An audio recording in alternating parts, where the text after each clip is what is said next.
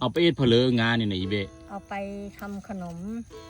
ทำขนมได้นะครับทำขนมได้แล้วก็อันที่เขาเอาไปทำนมมาทำนมนะครับนั่นแหละอันนี้ทำมันแก่จุ๊บจืดเลยบ่อีเบะถึงจะเอาได้นะแก่จุ๊บจืดมันแก่แล้วนี่อันนี้เมื่อเขาตากแดดเสร็จแล้วมันก็แตะเนาะมันก็แตะออกแล้วนี่เขาก็ไปเคาะเอาไปเคาะเอามันออกนะครับเอาแล้วเขาก็ย่อนเคาะเอาเม็ดมันก็คุลงมันคุลงเขาก็ฮ้อนเอา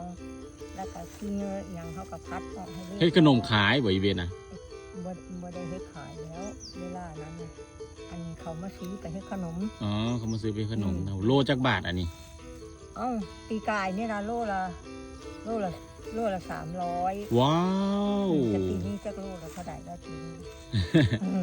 โบแมนปีนี้กันโลละ400คุณบอกเจ้าแล้วหน้าดำจะเป็นราคาอยู่ได้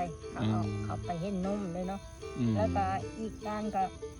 ทำอันคนแก่เนี่ยเนาะเขาก็ซีนต่ำแล้วก็ปั้นเอาน้ำมันแล้วเขาก็เอาไว้ใส่โคตรขายนั้นแห้งปูหลายตัวเบะบริปูหลายได้เบะปูเท่านี้แหละได้แนวมันนิดนึงซ้ำปูมือนี่แหละเอามาแต่อะไรนะเอามาแต่บ้านป้าไม้มาแต่น้ำพุ่งเอามาแล้วปูลองเบิ่งว่าปูมันก็ได้ซ้ำเอาเมื่อชุดหนึ่งแล้วได้กิโลปูเองตัดเองเก็บเองคือเก่งแท้เอาแต่เก่ากับเก่งคนผู้ไทยเก่งเด้อพี่น้องเบิ่งว่าจักปีแล้วนี่คือแข็งแรงท่านนี่80ว้าว80 ปีก็ยังแข็งแรงนะครับผม80 ปีเต็มเลยคนป่าคนเขานะครับ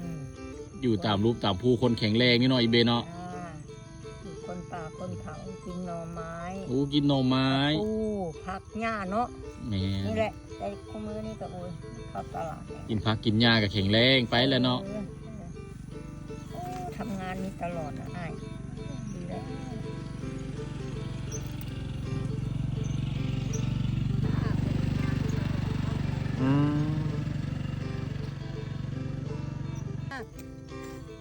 มามันเป็นปอมยังสิน้อยเบียนอนี่ได้เฮ็ดมันก็ดำเลย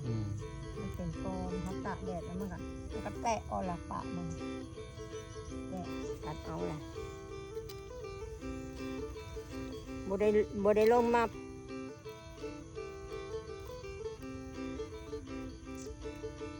โอ้ยบ่ได้ครบเพิ่นแล้วอ่ะบ่ได้ลงปลูกหญ้าเพิ่นก็บ่มาไกลเลยอันขึ้นไปบ้านนั่งแลเบนเก็บเอาลงมาโอ้กำลังข้าว่านเนี่ยคากบ่มากระบกนะนั่งเพ่นละไปเล่นโอ้บ้าหำเพิ่นอยู่บ่โอ้เพิ่นไปทำงานตลอดอีเด้ทำงานแล้วบัดขาได้เอามือเด้อที่ขาเพิ่นไปแก้มทำคู่มือบ่ได้อยู่เฮิรนบ่ได้เศร้า